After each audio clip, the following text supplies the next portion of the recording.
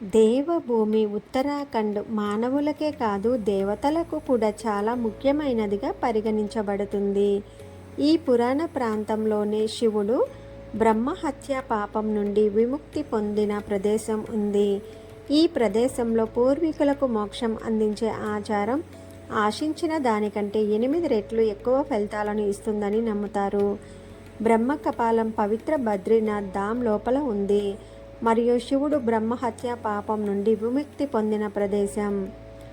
బ్రహ్మ తన కుమార్తె పృథ్వీని తప్పుడు ఉద్దేశంతో చూశాడట. అప్పుడు శివుడు తన త్రిశూలాన్ని ఉపయోగించి బ్రహ్మ తలలలో ఒకదానిని నరికివేశాడని నమ్ముతారు. బ్రహ్మ తల శివుని త్రిశూలంలో చిక్కుకుంది.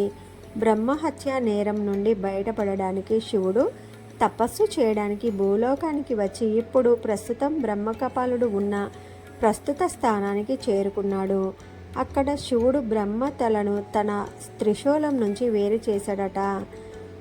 మహాభారత యుద్ధంలో తమ సొంత బంధువులను చంపిన పాండవ సోదరులు కూడా ఈ ప్రదేశాన్ని సందర్శించారు.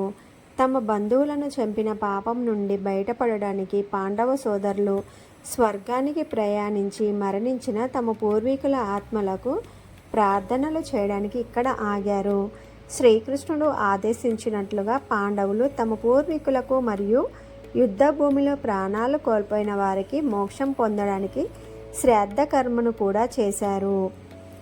ఈ బ్రహ్మకపాలం బద్రీనారాయణుని క్షేత్రానికి చాలా దగ్గరలో ఉంది.